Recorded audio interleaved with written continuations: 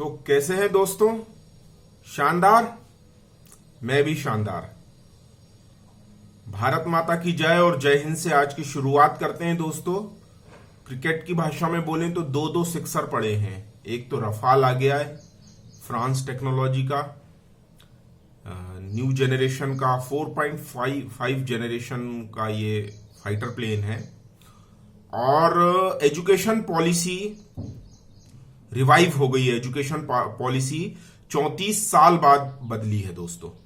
तो ये एक ऐसी चीज रही जिसका इंतजार बहुत समय से था। एक मिनट जरा। जिसका इंतजार भारतवासियों को बहुत समय से था, एजुकेशन पॉलिसी के बदलाव का। अभी तक प्रैक्टिकली मैं खुद भी एजुकेशन फील्ड से ही हूं। पढ़ाई के समय में भी वही चीज महसूस करते थे। झोला भर के बस्ता अपना पीठ तोड़ने, मतलब बच्चे की वजन से ज्यादा बस्ता लादा हुआ है। और सारे सब्जेक्ट रटन तो तोते में पढ़ाए जा रहे हैं बच्चे के दिमाग में। अब हम उन जैसे बच्चों में थे जिनकी समझ तो थी, लेकिन रटंत विद्या उतनी ज्यादा नहीं थी। तो रटंत विद्या नहीं होने की वजह से क्या होता था, 70% के आसपास मार्क्स आते थे। उस समय 70% भी बहुत होते थे। आज तो 90% से शुरू होता है। अब उसको था बोलना चाहिए, वो सिस्टम अब बदल जाएगा। तो जो अभी 10+2 एजुकेशन है वो अब चेंज होके 5+3+3+4 में बदल जाएगी। अब 5 में क्या होगा? सबसे पहला जो 5 है वो है प्री नर्सरी के, नर्सरी प्री नर्सरी मिला के 3 साल, ठीक है। फिर फर्स्ट का 4था साल और सेकंड का 5वां साल। फिर 5+3 में जो 3 है उसमें आएगा 3rd 4th 5th, ठीक है। फिर इसके बाद फिर जो सेकंड 3 है वो उसमें है 6th 7th 8th। और फिर जो लास्ट वाला 4 है उसमें आएगा 9th 10th 11th 12th। तो यहां पर 5th तक के लिए मातृभाषा की पढ़ाई, जो अभी इंग्लिश मीडियम बोला जाता है, इंग्लिश मीडियम पढ़ाई, तो इंग्लिश मीडियम की कंपलसरी जो है वो खत्म की जा रही है। और मातृभाषाओं में, अपनी मातृभाषा या राष्ट्रभाषा में, अगर हिंदी, जैसे मैं भोपाल से हूं तो यहां की राष्ट्रभाषा और मातृभाषा एक ही है, हिंदी।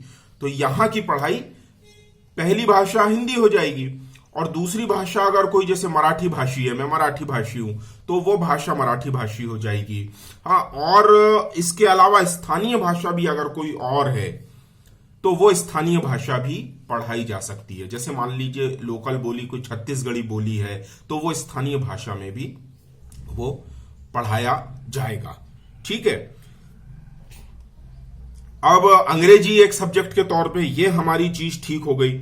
अब ये जो हमारी एजुकेशन पॉलिसी है ये मल्टी एंट्री और मल्टी एग्जिट पॉलिसी पर है, पॉइंट पर है।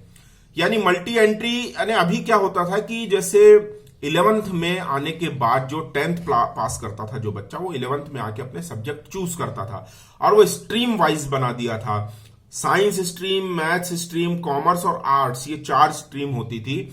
और ये एक तरह से ऐसे हो जाते थे कि साइंस वाले तने हुए रहते थे बिल्कुल, कि ऊपर उनकी नाक भौएं चढ़ी हुई हो। कॉमर्स वाले उससे नीचे होते थे और आर्ट्स वालों को तो कुछ समझा ही नहीं जाता था। ऐसा लगता था ये झोला छाप मानू है, झोले छाप चले जा रहे हैं ये। तो ऐसा नहीं है, आर्ट्स अपनी पढ़ाई है। यहां पर क्या किया गया है, अब जैसे मान लीजिए कि 9th 10th में मैंने बायोलॉजी पढ़ी, मुझे आज तक समझ में नहीं आई बायोलॉजी और केमिस्ट्री का। एक मेरा 11th से मेरा सब्जेक्ट कॉमर्स का था, तो बायोलॉजी मैंने क्यों पढ़ी मुझे समझ में नहीं आई, जबकि संस्कृत को पढ़ाया जाना था भाषा के तौर पर, संस्कृत को पढ़ाया भी जाना चाहिए, वो सब वहां से फिर हट गई थी। अच्छा, ये एक चीज और है कि मान लीजिए कॉमर्स के स्टूडेंट को अगर हिस्ट्री की रुचि है या हॉबी है या उसको इंटरेस्ट है पढ़ने में, तो पहले ये संभव नहीं था। अब यहां से कॉमर्स और इस तरह की बंदिशें खत्म की जा रही है। आप कौन सा सब्जेक्ट चूज कर सकते हैं वो आप सब्जेक्ट लीजिए। जिसको जो सब्जेक्ट नहीं पढ़ना है वो नहीं पढ़ेगा, ठीक है। यहां पर हाँ, 6% जीडीपी है, टोटल जीडीपी का। अभी 2.5, पौने 3, 3%, 3.5% होता था। कुछ कुछ सरकारों ने 4% बताया, पर वो हकीकत नहीं थी। हकीकत में, वास्तव में सच्चाई ये थी कि 3% ही हमारी जीडीपी का एजुकेशन पे खर्च किया जाता था, जो अब 6% होगा। कोई भी देश, फिनलैंड की एजुकेशन सबसे अच्छी मानी जाती है। फिनलैंड की जो एजुकेशन पॉलिसी है वो सबसे अच्छी मानी जाती है। तो देखते हैं कंपेयर करके, हमारे लॉर्ड मैकॉले की पढ़ाई तो अब यहां से टाटा बाय बाय हो रही है, और भारत की नई शिक्षा पॉलिसी आ रही है जो हमारी अपनी है। अब इसमें क्या कमियां हैं, क्या खूबियां हैं, ये सब अभी और डेप्थ में जाने के बाद पता चलेगा। जितना जितना जैसे जैसे पता चलता जा रहा है, मैं आपको और बताता जाऊंगा। अच्छा, कॉलेज की डिग्री में अभी क्या होता था, 10+2 में कॉलेज में आने के बाद 3 साल तक उसको ग्रेजुएशन करना पड़ता था, और 2 साल की उसकी मास्टरी की डिग्री होती थी। यहां पर अगर कोई 12th में, आफ्टर 12th 1 साल पढ़ाई करके या 2 साल पढ़ाई करके कोई बीच में ड्रॉप ले लेता था या पढ़ाई नहीं कर पाता था, तो वो ड्रॉप आउट कहलाता था। एक भद्दा सा दाग उसके माथे पे लग जाता था कि ड्रॉप आउट है, और पढ़ाई, वो एक उसके जीवन भर उसके मन पे ये रहता था कि मैं पढ़ाई नहीं कर पाया, और 12th में ही काउंट होता था। जबकि अब ऐसा नहीं रहेगा। यदि मान लीजिए आपने फर्स्ट ईयर किया है, 12th के बाद फर्स्ट ईयर किया है, तो वो सर्टिफिकेट कोर्स माना जाएगा। सेकेंड ईयर अगर हो गया है तो वो डिप्लोमा कोर्स माना जाएगा, और अगर थर्ड ईयर की पढ़ाई कर ली है आपने कंप्लीट, तब आपको डिग्री मिलेगी। यानी पहला साल सर्टिफाइड कोर्स, दूसरा डिप्लोमा, तीसरा सर्टिफिकेट, डिग्री मिल जाएगी। अब एक चीज और है कि एमए के छात्र पहले एमफिल करते थे, लेकिन यहां पर एमए के छात्रों को सीधे पीएचडी की पात्रता दे दी गई है। तो एमए के छात्र सीधे पीएचडी कर पाएंगे, यहां अब इसमें उनको कोई ऐसी हर्डल नहीं रहेगी।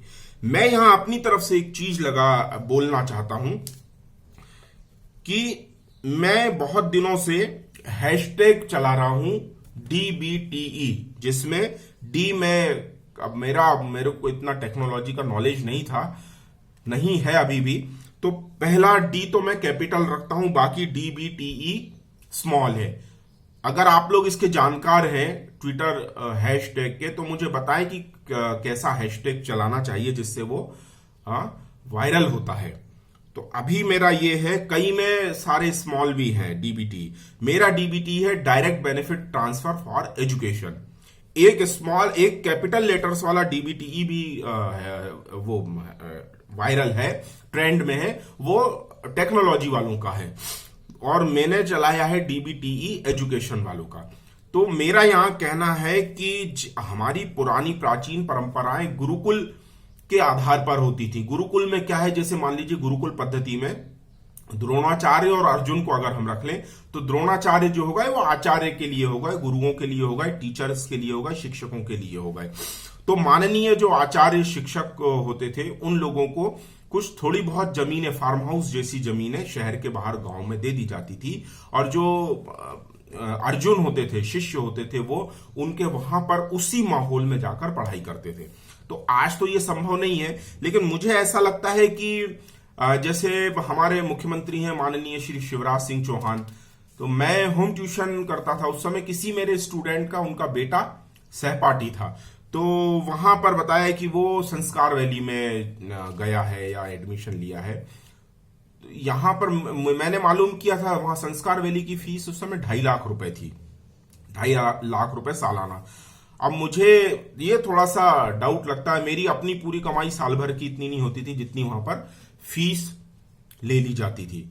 तो ये चीज, मेरा फीस पे विवाद नहीं है कि संस्कार वैली जैसे स्कूल फीस कैसी लेते हैं, क्या लेते हैं, ये तो गवर्नमेंट अच्छे तरीके से तय कर सकती कि फीस की मैक्सिमम लिमिट क्या हो और मिनिमम क्या हो। मिनिमम वाले में भी ये प्रॉब्लम है कि हमारे यहाँ 500-500 रुपए में 4-4, 5-5, 6-6 बच्चे सब्सिडी में पढ़ते रहते हैं, पेरेंट्स फीस नहीं दे पाते हैं, और छोटे जो स्कूल हैं गली वाले, बहुत अच्छा काम करते हुए भी वो फीस नहीं ले पाते। कई स्कूलों में तो पहली क्लास के बच्चे की मार्कशीट 8th स्टैंडर्ड तक हो गया, वो लेने ही नहीं आए हैं। यानी जब तक वो बोर्ड के एग्जाम देने नहीं आएगा, बच्चे ना तो वो फीस क्लियर करेंगे, उनके पेरेंट्स, वो परिस्थितियां चाहे कुछ भी हो सकती हैं, या तो पेरेंट्स की परिस्थिति ये हो सकती है कि वो फीस दे नहीं पा रहे हैं या उन्हें जरूरत नहीं है। क्यों?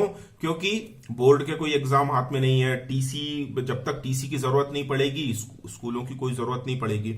और यहाँ हम जैसे टीचर एकेडमिशियन की तो हालत और भी खराब है, जिनके हाथ में ना तो टीसी है और ना ही डिग्री है। हमारे सिग्नेचर ही कोई काम के नहीं आते, यानी जो हरे साइन, हरे पेन की इंक होती है वो हमारे सपनों की मलिका है, एक तरह से समझ लीजिए।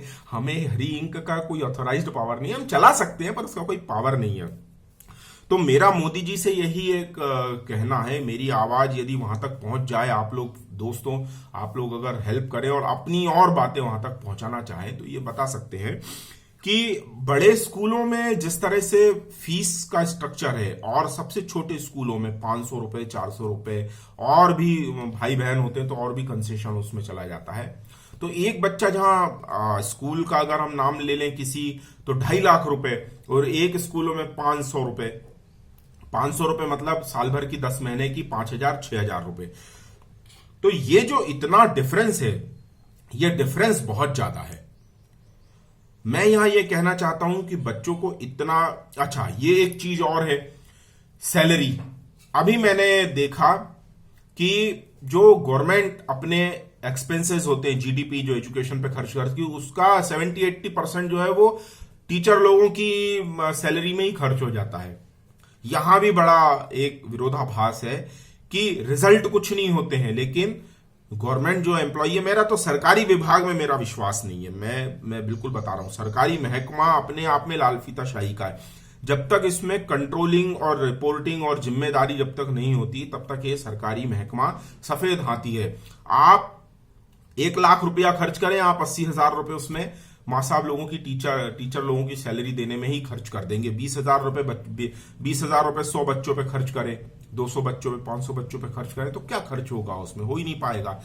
यहां ये सारी चीजें देखने की, विरोधाभास को दूर करने की जरूरत है कि अगर मान लीजिए घर में बैठ के भी कोई पुरुष, स्त्री, गृहिणी, स्पेशली गृहिणी, क्योंकि देखिए टीचिंग टैक्ट भारत में किसी को सिखाने की जरूरत नहीं पड़ती है। टीचिंग टैक्ट भारत में एक गुण है जो बचपन से ही भारत के लोगों में है, इसको सिर्फ निखारने की जरूरत है। अगर कहीं भी रहते हुए भी कोई भी व्यक्ति कहीं से भी कैसे भी किसी व्यक्ति को, बच्चे को पढ़ाना या सिखाना चाहता है तो उसको प्रोत्साहित करने की जरूरत है। मेरा डीबीटीई चलाने का उद्देश्य यही है कि जहां ऐसे बच्चे जो पे अपने पेरेंट्स के पैसों से या अपने ऊपर नहीं कर पाते हैं, वहां ऐसा कोई फंड या कोष बनाया जाए जो कॉमनली सारे बच्चे, यानी जैसे द्रोणाचार्य की नजर में सारे बच्चे समान थे। वो एकलव्य वाला एंगल अलग है, वो वहां पे बहुत लोग बोलते हैं एकलव्य से अंगूठा ले लिया, लेकिन एकलव्य से अंगूठा नहीं लिया था, सिर्फ उससे चलाने का अधिकार लिया था कि आप किसी युद्ध में अंगूठा नहीं चलाओगे, अंगूठे से तीर नहीं चलाओगे, ताकि क्योंकि उनका कैलकुलेशन अलग था, वो एक लंबी बात हो जाएगी। तो यहां मैं ये कह रहा हूं कि जो शिक्षक होते हैं, टीचर होते हैं, गुरु होते हैं, उनका अपने बच्चों पे बराबर ध्यान रहता है। लेकिन जब इसमें मेरे पापा के पास रॉल्स रॉयस है, ऑडी है, तेरे पापा के पास तो क्या है, इस तरह की जब बातें होने लगती है, बड़े स्कूलों से मैं बोल रहा हूं, तो यहां से फिर एजुकेशन का सही मतलब नहीं रह जाता है। तो मेरा मतलब यह है कि यहां पर कहीं ना कहीं एक बच्चे को गुरु को जो समर्पित करने की प्रथा थी, यानी पहले तो वो पैसे का जो गुरूर रहता है वो सब हटना चाहिए। एक 5 साल का, 10 साल का बच्चा एक कोमल मिट्टी की तरह होना चाहिए, और होता भी है ना। यहां से गुरु जो उनको सही तरीके से सिखा सकते हैं, वो एक व्यवस्था होनी चाहिए। तो दोस्तों, ज्यादा लंबा ना हो, चूंकि ये मेरा अपना ही सब्जेक्ट है एजुकेशन का, तो इसमें बोलने में तो मुझे कोई दिक्कत नहीं है, लेकिन आप लोगों के डाटा को देखते हुए मैं इसे यहीं पे ही खत्म करने की कोशिश करूंगा। बस यही है, कम से कम तो नहीं रख पाया, 15 मिनट, 14 मिनट 20 सेकंड दिख रहे हैं अभी। तो मैं यही कहना चाहूंगा दोस्तों कि डीबीटीई मेरे जो ट्विटर ट्रेंड है, आप जितने लोगों तक भी मेरी बात जा रही है, आप मेरी बातें ऐसी की ऐसी, कोई कॉपीराइट नहीं है, ऐसी के ऐसी ही बोल के अपने वीडियो बना लें, कर लें, उसको बातों को आगे पहुंचाना हमारा उद्देश्य है कि भारत आज जो 34 सालों में एजुकेशन पॉलिसी देख रहा है, ये ऐसा पॉलिसी पैरालाइसिस ना हो। हम, आप और सारे लोग जो नई जनरेशन है, वो सब भी अपने अपने माध्यमों से सरकारों पे अपनी बात पहुंचाते रहें और जरूरत पड़े तो दबाव भी बनाते रहें, क्योंकि डेमोक्रेसी बिना दबाव के नहीं चलती। सरकारों को सिर्फ वोट देना ही हमारा काम नहीं है। हमारा काम यह है कि सही एजुकेशन पॉलिसी भी वहां तक पहुंचे। ठीक है दोस्तों, आज की बात खत्म करते हैं डीबीटी तक, direct benefit transfer for education, जो बच्चों के भी काम आएगा और हम जैसे लोग जो बिना गवर्नमेंट टिकट के, सैलरी के, कोई रिम्यूनरेशन अवार्ड, कोई पद्मश्री के, बिना पद्मश्री के काम कर रहे हैं, उन लोगों को भी रिकॉग्नाइज किया जा सके। जय हिंद, भारत माता की जय, नमस्कार।